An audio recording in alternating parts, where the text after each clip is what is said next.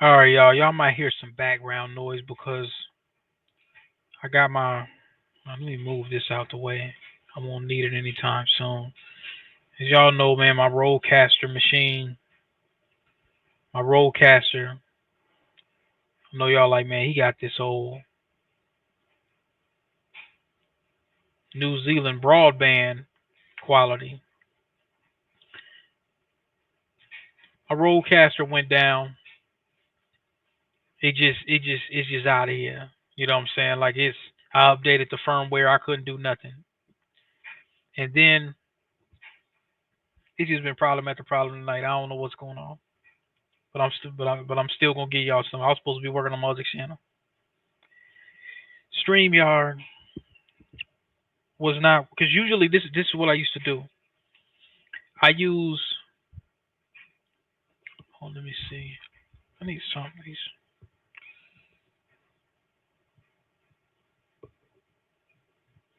glasses. I am the most prepared, unprepared I've ever been within the last week. StreamYard, when I use my Rodecaster Pro podcast machine, I would use that StreamYard with Firefox because for some reason it wouldn't pick up the pod mic. I use a pod mic. You don't see it right here, but let me see if I could get it in the. Can't really see it very well, but this is the Rodecaster pod mic. I got my little stand up here, so. And I thought it was the microphone giving me issues, which I probably do need another mic because my son done knocked it down so many times. So now I'm using a Plantronic USB. Quality is not that great. It's usually for like call center and stuff like that. But me listening to stuff, me listening to audio sounds pretty good. So I bought this Rodecaster machine in 2022. I've been using it for both my channels heavily with my podcast. I done gave y'all countless interviews. I've recorded countless interviews, a bunch of analysis, gave the whole adventures of DP, and now it may not be no more. And I was looking at like if I bought some of the old ones, what would it be like? Or not the yeah. Now I'm discombobulated again. If I bought one of the old ones, and I'm gonna show y'all which one I got.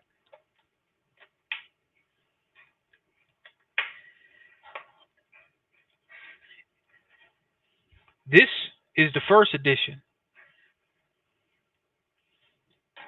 I'm old school. I like the old ones, just like I like some of the older iPhones, like the 12 and the 11. I don't like the 16 like that. It's not heavy enough for me. You know what I'm saying? I'm kind of an old school time machine kind of dude. I like to. So as I raise the volume up because I'm using this temporarily, I probably ain't gonna like I say, I'm probably not gonna get a new one until I move or something. I might find it like a little interface workaround for the dirt, you know. That might work. Maybe I'll do that, but so I'm kind of looking online and see what. I thought about the Zoom interface and I said, nah, if I'm gonna do it, I'm gonna do it for real.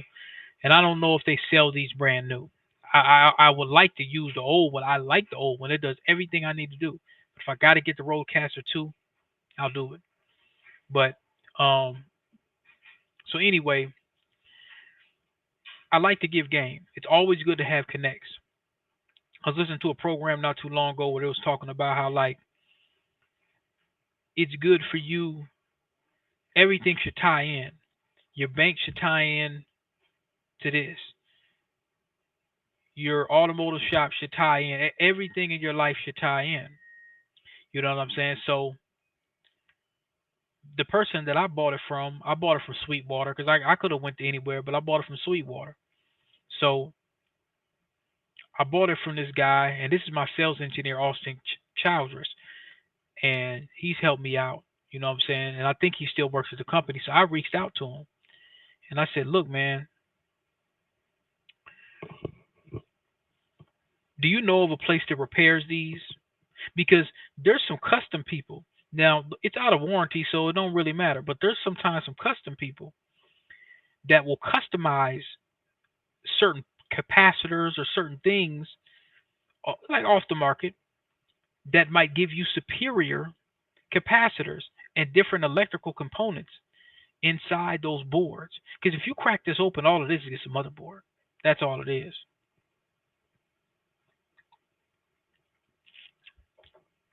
It's just a motherboard and just a bunch of little capacitors and stuff like that. And it looks good on the outside, but it just doesn't look very sexy on the inside.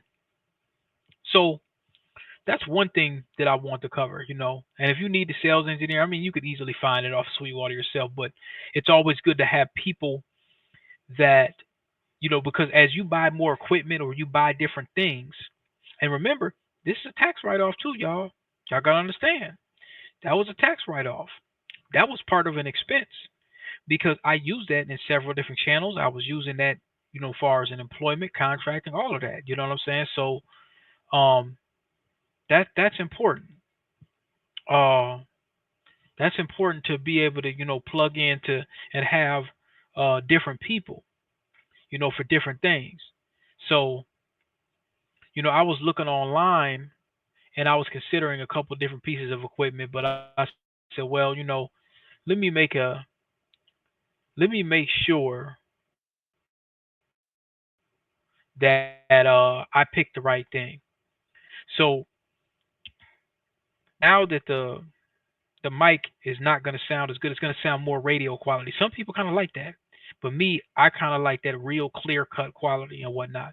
But I just use this temporarily, and if I really really don't like the sound or whatever, I'll just wait.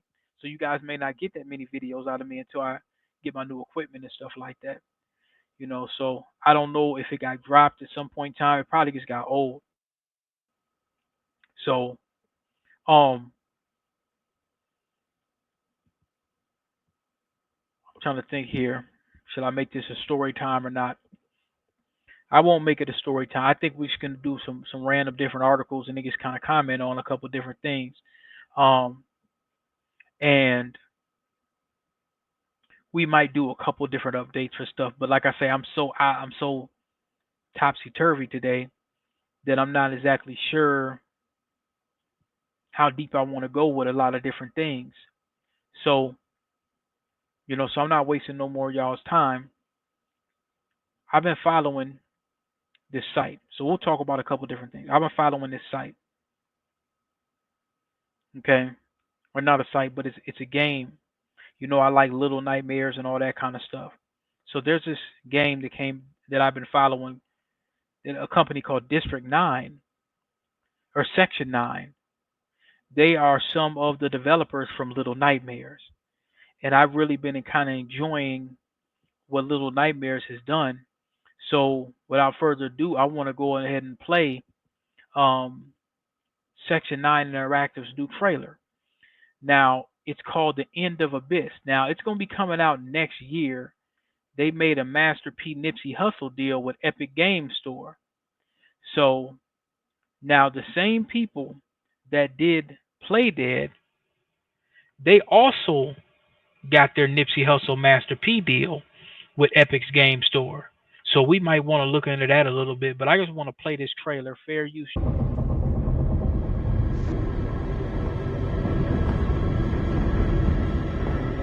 Looks pretty good. Now, if you look right here, it reminds you of Little Nightmares. It is very vast. Not only is it very vast, but you can see they're giving you this big giant space. It reminds you almost to me it feels very immersive.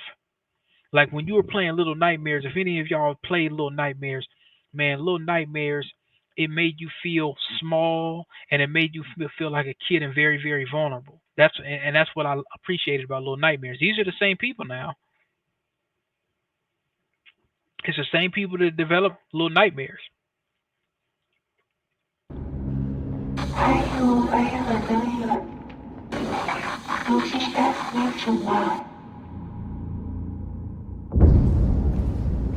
Oh, this looks dope. And and if you think about, and you can tell that this is Little Night by the way the thing walks and just the ambiance of the sound. If you remember Little Nightmares, if you go to the trailer, the way I don't know how I could say it, but the sound, it's it's built on like cues. The way that they did the trailer, you could I'm trying to give a an example.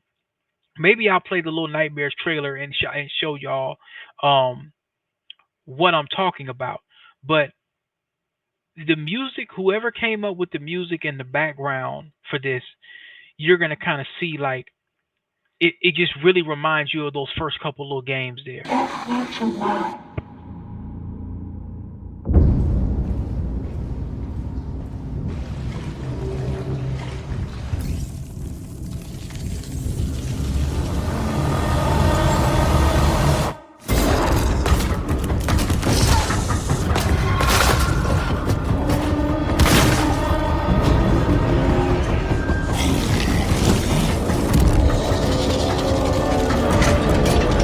Oh, this looks cold. I'm kind of getting some Dead Space vibes a little bit too, but far as I'm concerned, third person is cool, but this looks a lot more immense.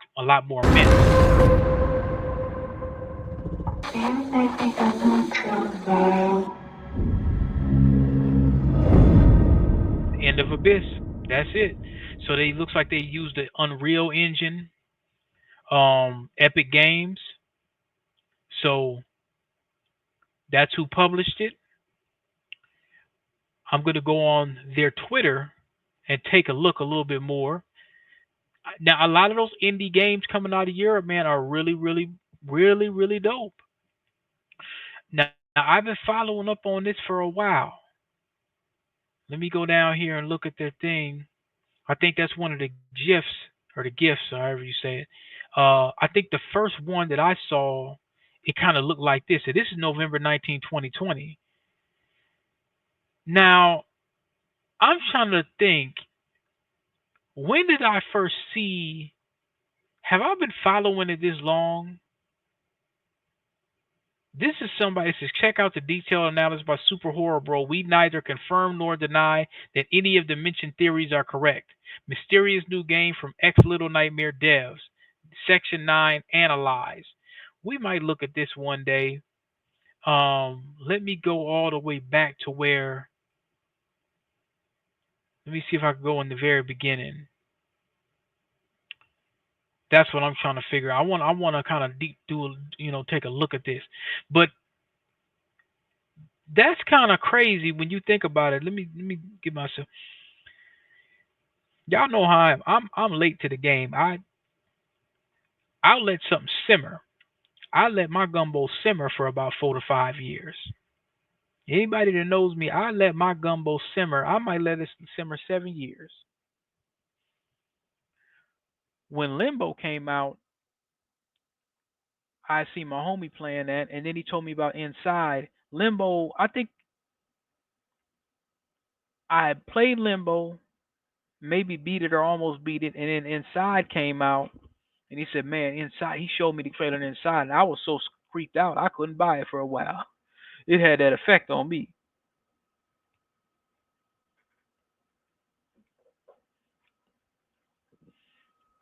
Inside was just, I don't know if you want to call it spiritually or psychologically, and I could see what they did with the sound. If you look at the history of how they did the sound, it made you feel a certain way. It didn't make you feel hopeless. It just made you just feel immersed. It just, I can understand why they took so long to build that game because they wanted that game to be on point. There's nothing like Limbo when it comes to side scrollers and puzzle platformers. They pretty much raised the bar. They're the James Brown of that genre. They kind of created their own genre. So, um, later, Little Nightmares. I think Little Nightmares came out. What time did Little Nightmares come out? Little Nightmares was a little different because it was almost like 3D. Like you had an open. It wasn't like open world, but there was a couple little glitches with Little Nightmares had its own little thing too. It wasn't no slouch. Little Nightmares was something else. There was nothing like Little Nightmares that came out. There was nothing like Little Nightmares that came out. And it's crazy because I got Little Nightmares too, and it's still wrapped up in the plastic. I still haven't played it. Can y'all believe that? I still have not played Little Nightmares too. But inside when that dropped in 2016, and they started working on Playdead started working on all the new, their new platformer. They haven't given it a name yet. Um, they had, I don't know if you want to say copycat, but you had a lot of inspiration. You had a lot of indie people that were kind of like getting the game off of Inside and Limbo and trying to make their own. And they comparing. There wasn't too many that could compare, but it was some carbon copies that looked okay. You know what I'm saying? And hey, I'm quite sure when Dino Patty and all them guys was over there, they wasn't really tripping. But like when they split, there's one of the Playdead developers. They came out with this one called Cocoon. Then there was another one I followed for a very long time, like Somerville, and I still haven't played it, but I followed the whole Somerville thing for years because the guy, the lead animator, Olson, before he formed Jump Ship with Dino Patty when he left Playdead, man, I was watching his blog. Like I said, it's almost like a cult classic. It's a like Tarantino fan stuff like that. Like it's just cool to watch. Just sit and watch and stuff like that. And I had hoped that would have been something that folks looked at Being Black and IT like, oh, these books, you know what I'm saying, like cult classics. That would have been cool to be. If somebody said, hey, DP, you got a cult classic, I would be most obliged. But anyway, let's get back into this. Yeah, we not gonna have the best sound quality just yet, man. But we gonna still rock it out. See, these are some of the pictures. Now I haven't seen this picture yet. I have not seen that picture yet. They're using the Unreal Engine. Now they're in Sweden. Like I told you, man. These independent Europeans, man. These independent games in Europe is dope. Now here's another thing. What I like to check. I like to do this a lot when I'm looking at a company. Now let's talk about some money now. When I'm looking at a company or just in general, and you're wondering about that company, the first thing I do is I look at the job openings and see what they got. Now they're looking for an environmental artist. I don't know any coders that do this kind of stuff, but uh, we're looking for someone who can own and take responsibility for large areas in the game, build believable and visually appealing environments. They take this stuff. These dudes, you could tell they take their game extremely serious. Qualifications: experience for Unreal Engine, demonstrating full environmental work, including modeling, texturing, set dressing, lighting. Ideally, your portfolio in sci-fi. And see, that's another thing what I talked about in my book. Like the brother that did the scores for Call of Duty, like there's money in sounds, gaming. It's not just the music thing or the rapping or the beats.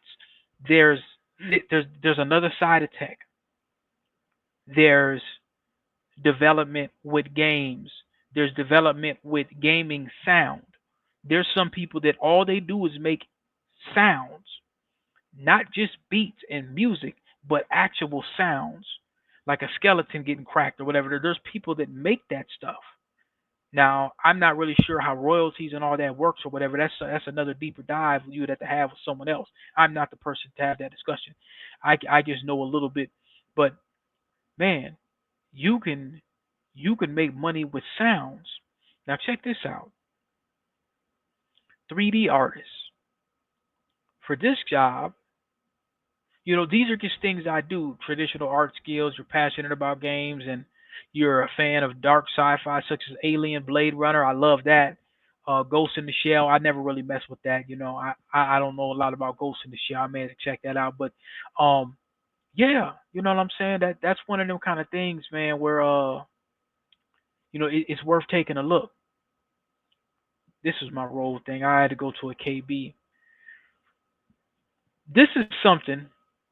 Now, when I had my tinfoil hat on, when I was working at an ISP and they're laying all this fiber, yet the fiber be acting real janky. It was super janky at the company I was at. Actually, the coaxial seemed like it worked better, but it might be some. I don't know why it was just. I don't know. Maybe it was just. I don't know. I don't know, but it seemed like some people are having more problems with fiber than it wasn't. So maybe they're still getting stuff together or whatnot. But this was from the Daily Mail, and China's a light years ahead of us. But I want y'all to see this.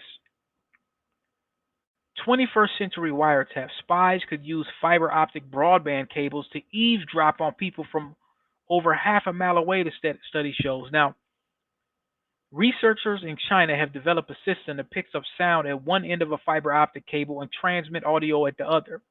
Fiber optic cables use pulses of light to transmit data and are used to deliver full fiber broadband to people's homes.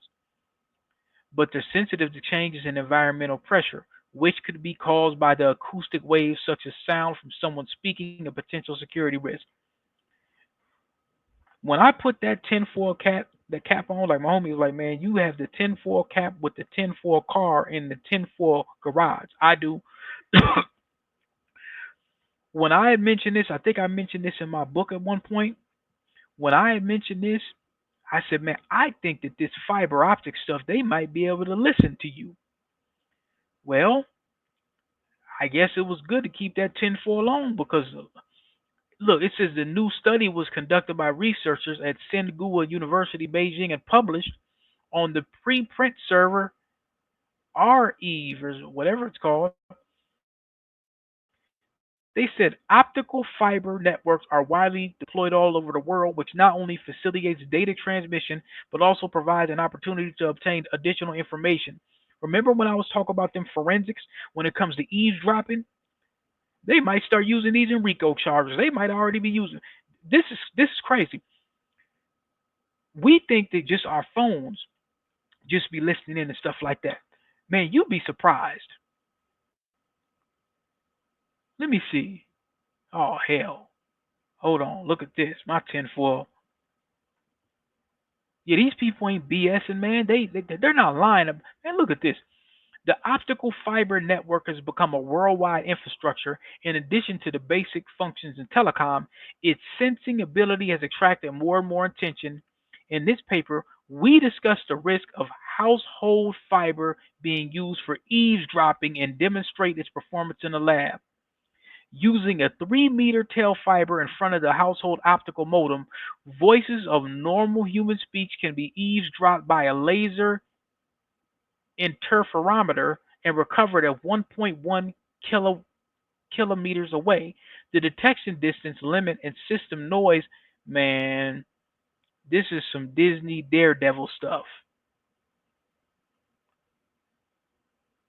These folks done got the paperwork. They actually did the research, man.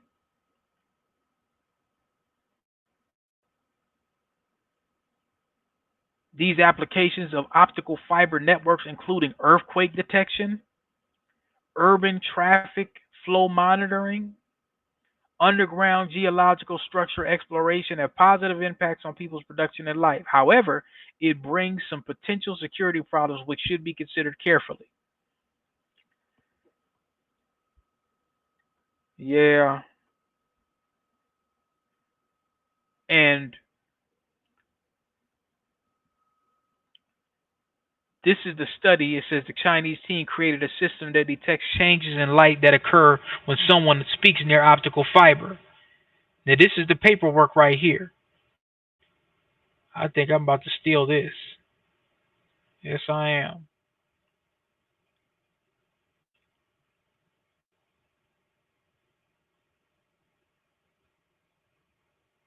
They say the eavesdropping method requires complicated equipment and strict conditions, but add that secret stealing behavior will always be done regardless of cost. So here's the thing. I'll close this because I don't know these news places. I don't care how big they get. they just get worse and worse. They just get worse and worse, man, when it comes to just ads and stuff. When I start thinking about stuff like that and violation of privacy, the first thing I start thinking is, who are they gonna test this on first? That's the first thing I start thinking about. And now, when you start looking at constitutional law, that now brings into question to say, well, do I need a wiretap warrant? Well, we weren't really listening to what you had to say, DP. We weren't looking for any crimes, but we heard one. We heard a crime. So we have to investigate and indict you on this crime through this fiber optic.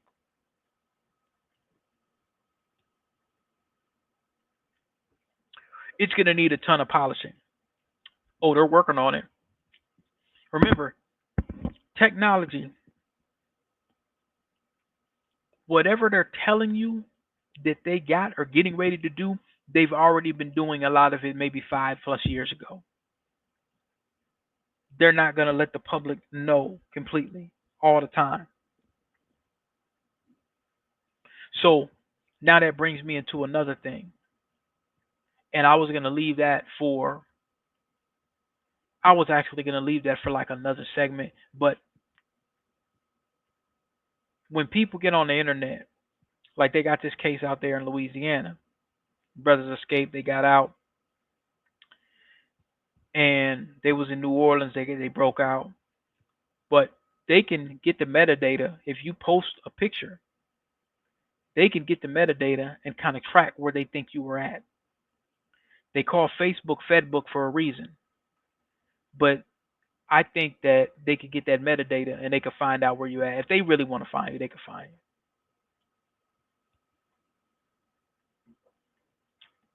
How many resources do they want to put towards you? So I'm gonna load this up, y'all. I'm gonna see how this is looking, and I might do another video tonight and whatnot. But yeah, I'm a little bummed out about my machine because you know I really like the quality that it gave. So I'll get another one. I'll get another one, and if it's decent enough, I'll keep doing these. But I might start making them a lot shorter, and then I think I'm gonna start doing a lot more hands-on software. I think I might start doing that too. So I'll load this up, y'all.